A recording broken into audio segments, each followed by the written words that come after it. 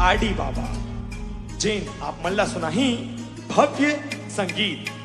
और संगीत के भैया एक ठोक नियम हवे। नियम में का करना है, जैसे बजी स्पीड तबला करना है वाइब, और वाइब कैसे करना है यहू ला हमन बताबो। वाइब कैसे करना है, गाना के बीट चालू है या तो तुमन सिर ला हिलाओ या तो गोड़ ला पटकाओ हाथ ला हिलाओ, लेकिन वाइब करना। तो चलो भव्य संगीत स्टार्ट करते हैं। बोल सरस्वती मैया की।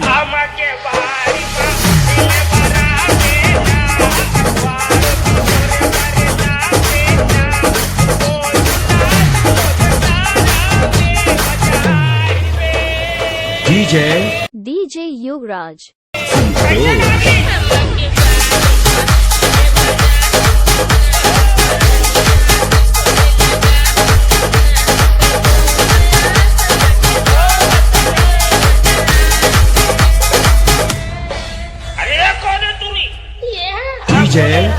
DJ Yugraj।